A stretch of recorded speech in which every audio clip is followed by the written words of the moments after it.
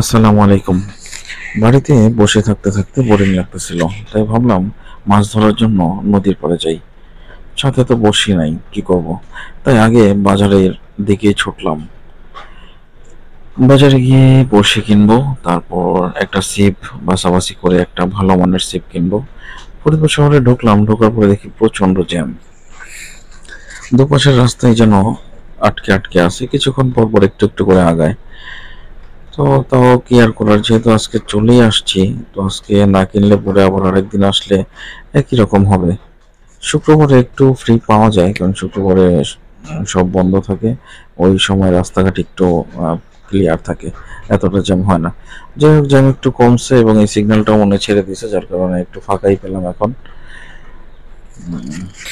বাজারের সামনে চলে আসলাম এখন। বড়শির দোকানে যেতে হবে আগে। বাইকটা পার্কিং করে রাখতে হবে, কারণ এই জায়গাটা অনেক জ্যাম থাকে, রিক্সা চলাচল অনেক বেশি। একটু সাইড মতো মার্কেটের সামনে বাইকটা রেখে নিই, তারপরে দোকানের সামনে চলে আসলাম। বসির দোকান বাছাবাছি করতেছি।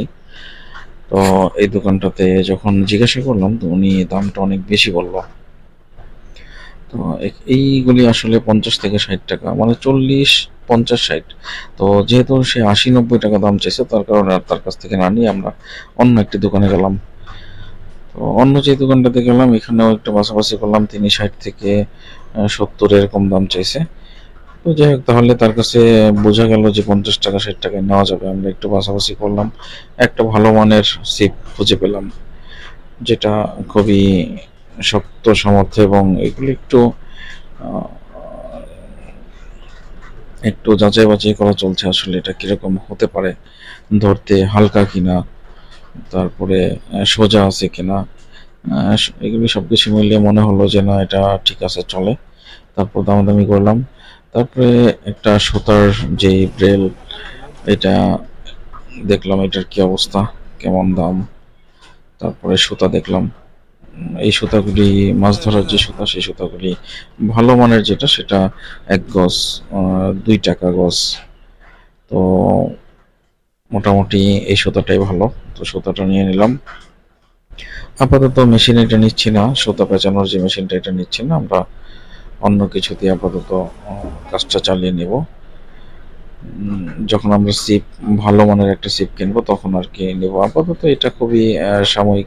এখন একটু মন ভালো না, তাই মাছ ধরতে মন চাইছে হঠাৎ, তাই মনে করলাম যে একটু নিয়ে নিই। তো এখন দামি সিপ এখান থেকে কিনবো না, দামি সিপটা আসলে ঢাকা থেকে কিনবো। বড়শি কিনা শেষ, এবার বাড়িতে যাওয়ার পালা। আজকে যেহেতু সন্ধ্যা হয়ে গেছে, তাহলে আজকে আর মাছ ধরা হবে না, কারণ মাছ দিনের বেলা ধরবো, বিকেল বেলা বা খুব ভোরবেলা। তো এখন তো আসলে আর সম্ভব না, সন্ধ্যা হয়ে গেছে। এখন বাড়িতে যাওয়া সেট আপ করবো আর কি। তো ওরা যাওয়ার পথে আবারও দেখি একটা চশমার দোকান, তাই ভাবলাম একটা চশমা নিয়ে নেই। হলুদ কালারের একটা চশমা আমার খুবই দরকার বাইক চালানোর সময়। সামনের দিক থেকে যেই গাড়ি আসে, সেই গাড়িগুলির হেডলাইটের আলোটা এতটাই চোখের ভিতরে গিয়ে আহ, লাগে, যার কারণে হলুদ একটা সানগ্লাস হলে খুবই ভালো হতো। তো এখন দেখি চাচার দোকানে, চাচা কি বলে। চাচা পিছন দিক থেকে ডাকতেছিল যে এদিকে আসেন। তো তিনি একটা চশমা আমাকে বের করে দিলেন, হলুদ কালারের। তো সেই চশমাটা একটু গ্লাসটা গোলা গোলা দেখা যাচ্ছে। যখন চশমাটা পরলাম, তখন দেখি যে একদমই তেমন একটা ভালো দেখা যাচ্ছে না। কিন্তু চাচা আমাকে একটা কালো দিতে চাইলো। আমি বললাম যে না চাচা, আমার তো আসলে কালো সানগ্লাস দরকার না, আমার দরকার ইয়েলো কালারের নাইট ভিশন যেটা। তো যেটা জানালো, সেটা আসলে তার কাছে ভালো মানের চশমা নেই। তো যাই হোক, তারপর চলে আসলাম। তো এখন ফরিদপুর ভাঙা রাস্তার মোড়, এখান থেকে চলে যাচ্ছি বাড়ির দিকে। তো আজকের মতো এ পর্যন্তই, কারণ আজকে তো শুধু ছিপ কিনলাম, বড়শি কিনলাম। তো তারপরে পরের ভিডিওতেই থাকবে আমরা কিভাবে মাছ ধরি এবং কি কি মাছ পেলাম।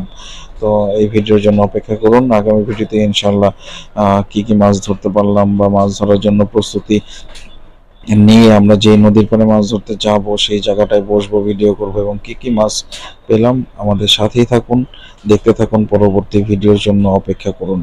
ধন্যবাদ সবাইকে।